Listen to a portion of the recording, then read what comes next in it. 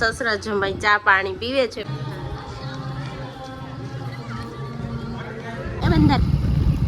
આ એના બધા પૈસા પલળી ગયા છે. Hi everyone, good morning, welcome back to my YouTube channel. તો વાગવામાં થઈ ગયા છે 10:30 અને આજે થઈ ગયો છે સન્ડે અને અમારે જવાનું છે બારે.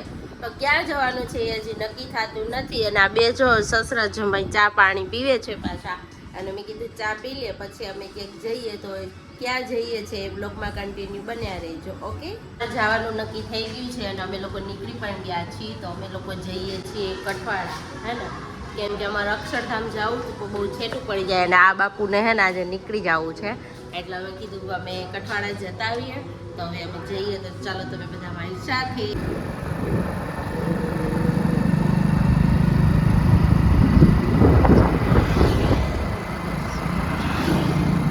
લોકો કઠવાડા પહોંચી ગયા છીએ ઇસ્કોન મંદિરે. પછી અંદર જવાનું બાકી છે. અહીંથી જઈએ છીએ.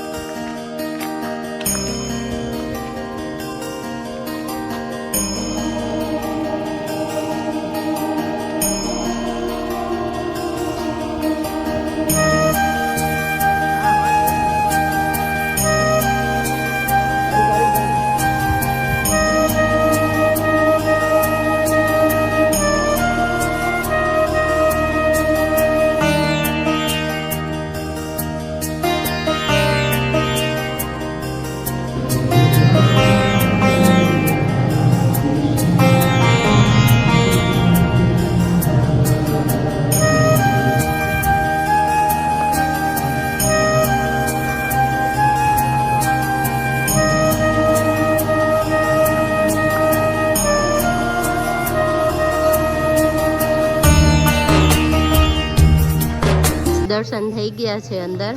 અંદર બહુ વિડીયો નહીં લેવાનો એટલે લીધો નથી બહુ. જો અહીંથી દેખાય છે. અને સરસ મજાના દર્શન કરી લીધા છે. વાતાવરણ પણ સારું છે. સરસ મજાના દર્શન કરીને અમે બગીચામાં બેસી ગયા છીએ અને પ્રસાદી લઈ લીધી છે. અને સરસ જો વાતાવરણ કેટલું શાંત છે. અને અહીંયા જો શું કરસ તમે બેસી ગયા છીએ અને પછી અમે જશું ઘરે. કા કેવું લાગે? હરે રામા હરે કૃષ્ણ કરી લીધું થોડુંક. અહીંયા હે ને પપ્પા, હે સવારે આવીએ ને, સવારે હું ઓલે રાતે આવીએ ને તો મજા આવે. કા એ આરતીના ટાઈમે એટલું મસ્તનું બધા હે ને ના ઓલા કરતા હોય ને.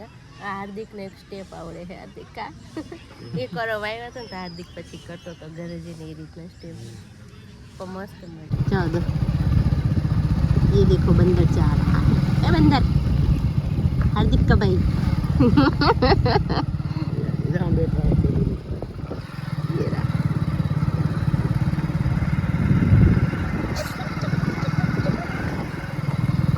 ये रहा, ये आया, दूसरा है, दूसरा है.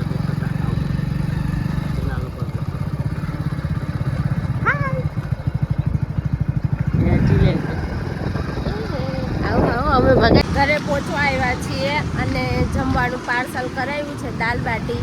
હવે હાર્દિક સાહેબ લઈને આવે પછી અમે ઘરે જઈએ. અને પપ્પા અહીંયા વેઇટ કરે છે.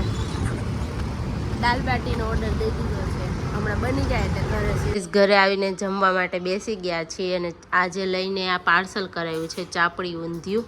તો બધા હજી ચોળે છે અને મારું ને હાર્દિકનું આ ચોળે છે કેમ કે મને નહીં આવડતું ચોળતા.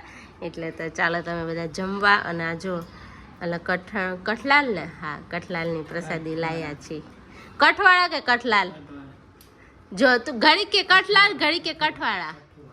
કઠવાળા. હા તો કઠવાળાની પ્રસાદી લઈને આવ્યા છીએ ઇસ્કોન મંદિરની. તો ચાલો તમે બધા જમવા. જમીને ફ્રી થઈ ગયા છીએ અને હવે મારા પપ્પાને જવું છે ઘરે. એટલે ટાઈમસર ઘરે પહોંચી જાય અને સાહેબ મૂકવા જાય છે. બરોબર, શાંતિથી જજે ગાડી વાડી હલાવીને. સારું હેડો પપ્પા, બાય બાય. આવજો. શું કેવું છે? હા પાછો આવજો, પાછા આવજો ભાઈ. હા પાછો આવજો. તો મારે શું ઘટે? હા સારું ચલો આવજો, ટાટા બાય બાય. હા દે તું રાજકોટ જાસ. આવજો. જો લિફ્ટ આવે હે, લિફ્ટ આવે કઈ નહીં, પહોંચીને ફોન કરજો પાછા. એમ તો હું ફોન કરી બસમાં બેસી જાવ એટલે બરાબર.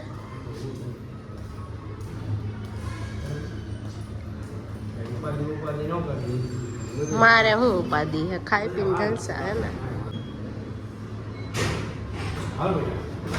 ખોલે હે, આવજો, બાય બાય.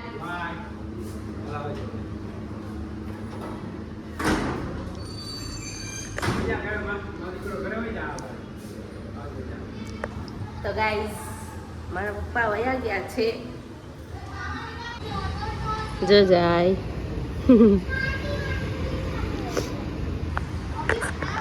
કાંઈ વાંધો નહીં. મહેમાન કેટલા દિવસ હોય બરોબર ને, 1 દિવસ 2 દિવસ, બહુ જાજે દિવસ ના હોય, ચાલે. હાર્દિકમાં પપ્પાને મૂકવા ગયા ને તો મને એમ થયું કે હું કપડાં ધોઈ નાખું, કેમ કે મેં કાલે કપડાં નહોતા ધોયા અને આજના બાકી હતા. તો હાર્દિકનો પેન્ટનું ખિસ્સું ચેક કરતાં હું ભૂલી ગઈ. તો જો આ એના બધા પૈસા પલળી ગયા છે. હવે બધાને બધી પાછી 500 જ વાળી છે. આ બધી સુકાય તો સારું હે. તો પહેલાં મેં કીધું આને સૂકવવું, આવું છે મારું કામ. હું કોઈ દિવસ એના ખીચા ચેક જ નહીં કરતી, મને ખબર છે કંઈ ના હોય, પણ તો એ મેં કીધું લાઈ કરી નાખું. તો જો બધી છે ને નોટ પલળી ગઈ છે, હવે આ બધું સૂકવવું પડશે. હાર્દિકમાં પપ્પાને મૂકીને આવી ગયા છે, તો તારે એને રોકાવાનું ન કહેવાય.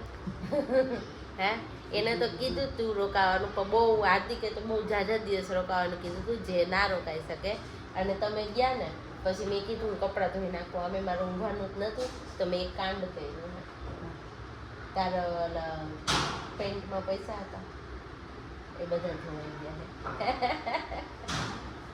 તો કેટલા મને થોડી ખબર હતી. દર વખતે એ પોતે જ ચેક કરે છે, એટલે હું ચેક નહીં કરતી. મેં તો એમને પલાળી દીધું પાવડરમાં, અને એને પેન્ટ હું પહેલાં બધા પલાળું, કે પેન્ટ મેલા હોય ને તો બધું પાવડરમાં પલાળે, એટલે હું એને છેલ્લે ધોઉં. તો એમાં મેં જોયું ને તો બ્લેક પેન્ટમાં પૈસાનો એટલી થપ્પી નીકળી, તો મેં જોયું તો બધી 500 વાળી હતી. જો હા, મશીને હે ને હુકવી દીધી હે, મશીને આખી પાથરી દીધી હે, અને થોડી હુકાઈ જાય ને પછી ઇસ્ત્રી કરી દીધી. ઓકે. તો હાર્દિક સાહેબ પપ્પાને મૂકીને આવી ગયા છે, ને મહેમાન જતા રહ્યા છે, ને આમે મહેમાન કેટલાક દિવસ હોય, 2 જ દિવસ હોય બરાબર ને. તો વાંધો નહીં, હવે અમે 2 પાછા ટંગા મૂંગા થઈ ગયા છે. અને હવે પાછું બપોર પછી, અત્યારે તો 4:15 4:30 થઈ ગયા છે, પણ પાછું બહાર જવાનું છે, કેમ કે મારા પપ્પા મસાલા ને એવું બધું લાયા છે ને મારા માટે, એ બધાને ઠેકાણે પાડવાના. નહીં તો એક વરસાદનું ઝાપટું આવી જાય ને તો મારા પપ્પાની બધી મહેનત માથે જતી રહે છે બરાબર ને. તો એ બધાને ઠેકાણે પાડવાના છે ને મારે શાકભાજી લેવાનો છે, તે મળીએ પછી. ઓકે. વાગવામાં થઈ ગયા છે 5:45, અને અમે લોકો જઈએ છીએ ગામમાં શાકભાજી લેવા અને થોડી ઘણી વસ્તુ લેવા માટે. ના હીરોના લીધે છે ને મારે મૂડ થઈ ગયું છે, કેમ કે ઓલરેડી મારે આવીને રસોઈ કરવાની છે, હજી બહુ બધું કામ છે. તો મોબાઈલ લઈને નહીં જાતી, ફટાફટ લઈને અને આવતી રહું, પછી હું તમને બતાવું કે શું લઈને આવી. ઓકે, ફ્રી થઈ ગયા છીએ અને હવે 10:30 થઈ ગયા છે, અને અહીં આપણે બ્લોગનો એન્ડ લેવાનો છે. આઈ હોપ કે તમને આજનો બ્લોગ ગમ્યો હશે, અને જો ગમ્યો હોય તો લાઈક, કમેન્ટ, શેર અને સબસ્ક્રાઈબ કરવાનું ભૂલતા નહીં. તો મળીએ નેક્સ્ટ બ્લોગમાં. ત્યાં સુધી બાય બાય, જય દ્વારકાધીશ, હર હર મહાદેવ.